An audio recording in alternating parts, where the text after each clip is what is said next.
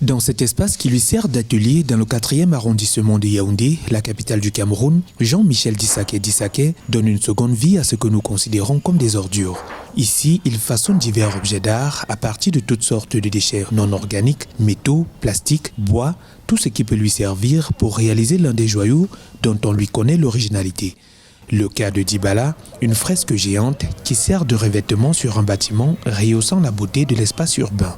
Jean-Michel Dissaké, la quarantaine, est un défenseur de la cause environnementale qui inscrit son art dans l'appel de la nature à une symbiose entre les vivants et les objets inanimés, avec pour objet central dans la composition de ses œuvres la liane qu'il considère comme véritable symbole d'unité et d'amour. Pourquoi la liane? Parce que pour moi, quand vous êtes dans la forêt, ce sont les lianes qui unissent les grands et les petits arbres et aussi assurent aussi le transport de l'eau et des sels minéraux.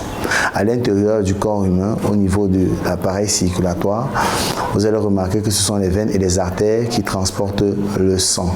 C'est l'une des raisons pour lesquelles je me suis toujours référé à la liane, parce que la liane, c'est un symbole d'unité et c'est un symbole d'amour.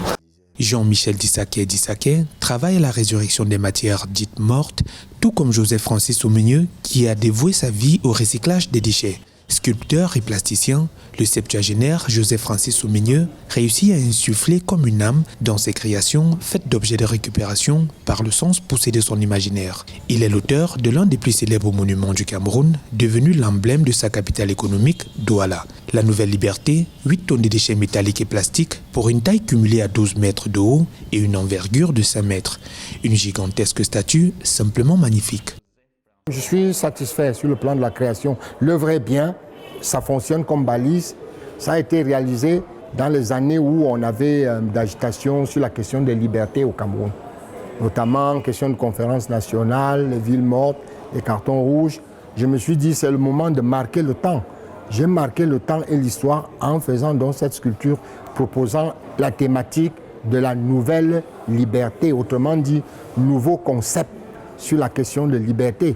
Jean-Michel Dissaké et Joseph-Francis Soumigneux sont deux artistes plasticiens contemporains de générations différentes, mais qui inscrivent leur art dans la sensibilisation aux questions environnementales avec des messages subtils sur les questions tantôt politiques et sociales actuelles, mais aussi sur des questions métaphysiques.